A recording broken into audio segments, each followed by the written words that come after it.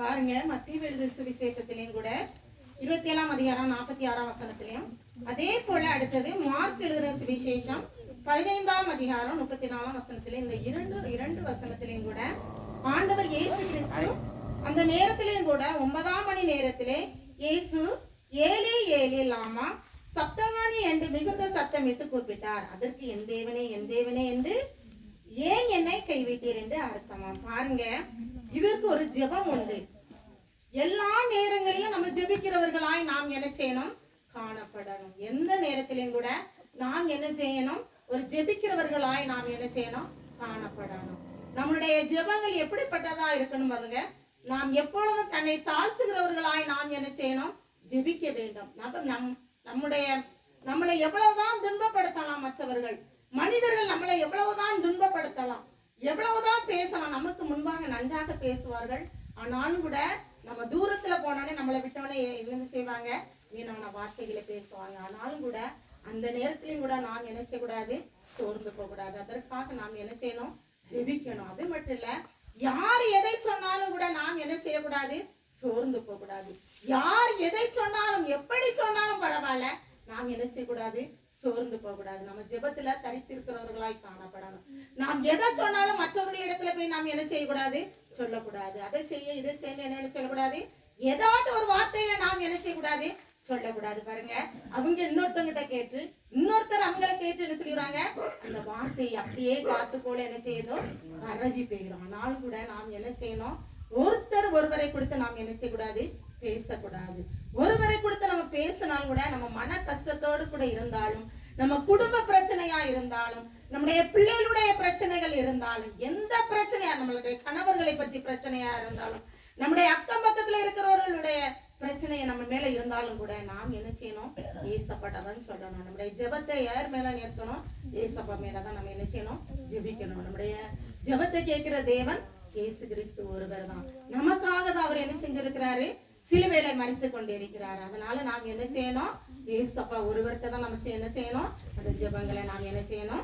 ஜெபிக்கணும். பாருங்க, என் தேவனே ஏன் என்னை கைவிட்டு. பாருங்க, ஏசப்பா யாருக்கு சொல்றாங்க? பிதாவை நோக்கி சொல்றாங்க. பாருங்க, அவங்க சிலுவையில அறையப்படும் போது அவங்க சரீரம் எவ்வளவு ஒரு வேதனையோட காணப்பட்டிருக்கும். பாருங்க, அந்த முள்முடி சூடப்படும் போது, விழாவுல குத்தப்படும் போது, அவங்க கை கால்கள் ஆணிகள் அடிக்கும் போது இந்த சரீரம் எவ்வளவு ஒரு பாடுபட்டிருக்கும். பாருங்க, அவர் பிதாவை நோக்கி மட்டும் என் தேவனே ஏன் என்னை கைவிட்டீர் என்று என்ன சொல்றாங்க? ஏசப்பா கேட்கிறாங்க. நம்மளும் கூட அப்படிப்பட்ட பாடுகள்லாம் நம்ம அனுபவித்தது கிடையாது.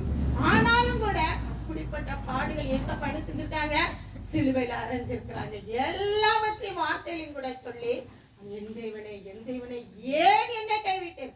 அவர் எவ்வளவு ஒரு பாடுகள், எவ்வளவு ஒரு துன்பத்துல இருக்கும்போது, எவ்வளவு ஒரு கஷ்டத்துல இருக்கும்போது அந்த பிதாவை நோக்கி என் தேவனே ஏன் என்னை கைவிட்டீர் என்று அவர் சொல்லிடுறார். அவர் சிலுவையில பட்ட பாடுகள், அப்படிப்பட்ட பாடுகள், ஏராள பாடுகள். காரி துப்பப்பட்டார்கள், அவருக்கு முற்கிரீடம் சூடப்பட்டார்கள், ஆணிகள் அடிக்கப்பட்டார்கள், விழாவுல குத்தப்பட்டார்கள். எல்லாவற்றையும் நேர்த்து பிதாவினிடத்துல போய் என்ன செய்தாரு? கேட்டார். ஆனாலும் பாருங்க, அவருக்கு ஏராளவர்கள் குற்றம் சுமந்தாங்க.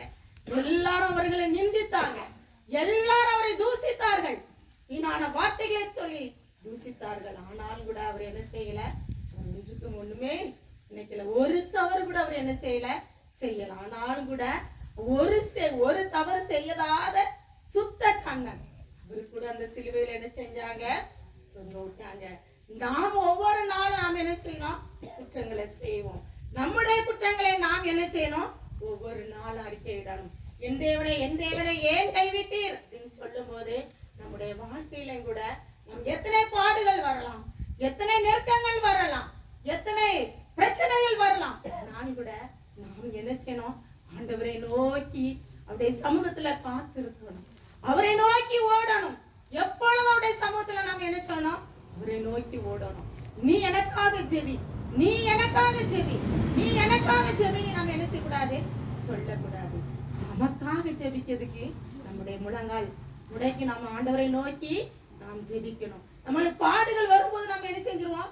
சோர்ந்து போயிருவோம். நம்மளும் ஏசப்பா நம்மளை என்ன செஞ்சுட்டாங்க, கைவிட்டாங்க அப்படின்னு சொல்லுவோம். நம்மளுக்கு வேதனை வரும்போது என்ன செய்வோம், நம்மளுக்கு ஏன் இந்த வேதனை அப்படின்னு சொல்லி ஆண்டவருடைய சமூகத்துல கேட்போம்.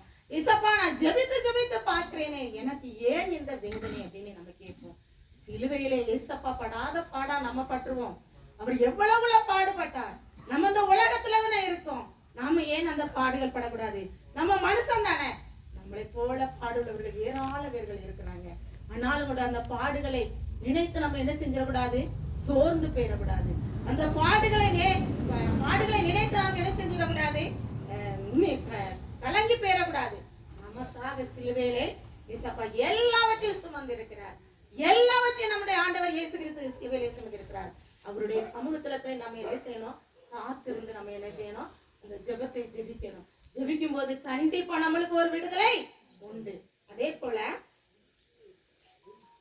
யாக்கோபு 5ஆம் அதிகாரம் 13ஆம் வசனத்தை ஒருவர் வாசிப்போம். யாக்கோபு 5ஆம் அதிகாரம் 13வது வசனத்தை ஒருவர் வாசிப்போம்.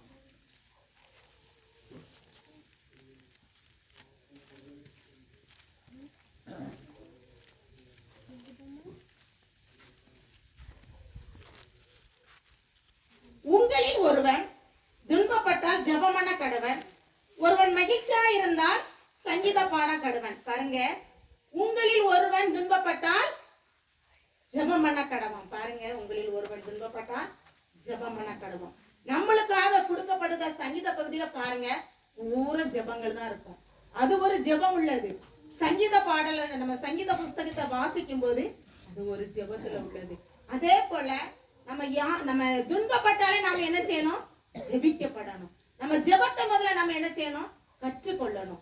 நாம் ஜெபம் எப்படிப்பட்டதா இருக்குதுன்னு நம்ம கற்றுக்கொள்ளணும். அது மட்டும் இல்ல, நாம் ஜெபிக்கிறது எப்படி ஜெபிக்கணும் என்று என்ன செய்யணும், கற்றுக்கொள்ளணும். நம்முடைய வேண்டுதல் பிதாவை நோக்கி இருக்கணும். என் தேவனே ஏன் என்னை கைவிட்டீர் என்று சொல்லி பிதாவோடு கேட்கும் போது நம்மளும் ஆண்டவர் இயேசு கிறிஸ்துவோடு நம்முடைய பாடுகளை சொல்லி அவருடைய சமூகத்துல நாம் என்ன ஜெபிக்கிறவர்களாய் காணப்படணும். ஜெபித்த அந்த ஜெயத்தை நாம் என்ன செய்யணும், பெற்றுக்கொள்ளவர்களாய் நாம் காணப்படணும். இந்த நாளிலும் கூட ஆதியாகம புத்தகத்திலையும் கூட ஆபிரகாம் மனைவி ஆகார் பாருங்க, அந்த ஆகார் ஆபிரகாமுக்கு மனைவி சாராளுக்கு குழந்தை பிறந்தவனே அவங்க இருவருக்கு என்ன செய்யல, ஒற்று போகலன்னொடனே ஆபிரகாம் ஆகாரையும் ஒரு குழந்தையை எடுத்துக்கொண்டு அனுப்பி விட்டுட்டாங்க. ஒரு துருத்துல தண்ணியும் அவங்க கொடுத்து அனுப்பி விட்டுட்டாங்க. அவன் என்ன செய்வா, ஒரு குழந்தையோடு கொண்டு போய் அப்படியே போய் கொண்டிருக்கா. சுத்தமா சொல்லி முடிக்கிறேன், கொண்டு போய் அப்படியே போய்கிட்டு இருக்கா. போங்க, போற வழியில அவன் கலங்கி இருப்பா. பாருங்க, இவ்வளவு நாள் இருந்து நம்மளை கைவிட்டாங்களேன்னு சொல்லி அவன் என்ன செஞ்சிருப்பா, கலங்கி கொண்டே தன்னுடைய மகனை பிடித்து கொண்டு போயிருப்பான். பாருங்க, போகிற இடத்துல தண்ணி என்ன செய்யல, தண்ணி இல்ல, பிள்ளைக்கு ஒண்ணு இல்ல. பிள்ளை என்ன செய்யுது, அழுது கொண்டே இருக்குது. பிள்ளை அதிகமாய் அழுது கொண்டே இருக்குது.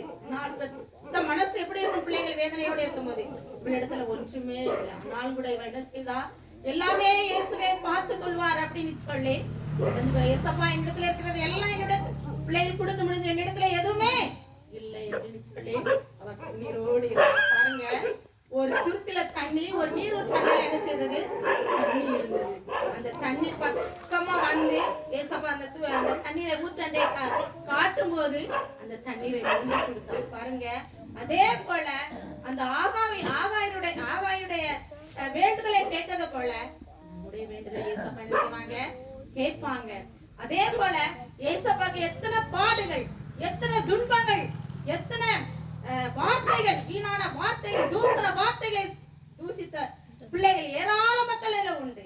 ஆனாலும் கூட அவங்க சரீரத்துல பட்ட வேதனையினால என் தேவனை ஏன் என்னை பாருங்க, அவ எவ்வளவு ஒரு வேதனை இருந்தா எந்த பகுதியிலும் கூட இப்படி ஒரு வார்த்தை சொல்லவே இல்லை.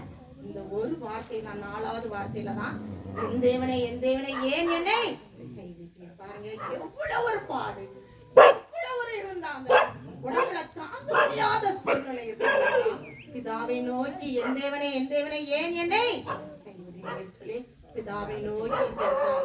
நம்முடைய வாழ்க்கையிலும் கூட நம்மளுக்கு பாடுகள் ஏராளம் இருக்கலாம், எல்லாரும் வைத்து பாடுகள் இருக்கலாம். ஆனால் கூட நாம் என்ன செய்யணும், ஆண்டவரை நோக்கி நாம் ஜெபிக்கணும். எப்பொழுது ஆண்டவர் சமூகத்துல நம்ம என்ன செய்யணும், ஜெபித்து கொண்டே இருக்கணும். மற்றவர்கள் இடத்துல என்ன சொல்ல, எந்த ஒரு வார்த்தையை நம்ம என்ன செய்யக்கூடாது, பேசக்கூடாது. நம்முடைய பாடுகளா, நம்முடைய கண்ணீர்களா, நம்முடைய வேதனைகளா இயேசு ஒருவரிடத்துல தான் போய் நாம் என்ன செய்யணும்? சொல்ல வேண்டும். மற்றொரு இடத்துல நாம் என்ன செய்யக்கூடாது? சொல்லக்கூடாது. நமக்கு பதில் தருகிற தேவன் இயேசு கிறிஸ்து ஒருவர்தான்.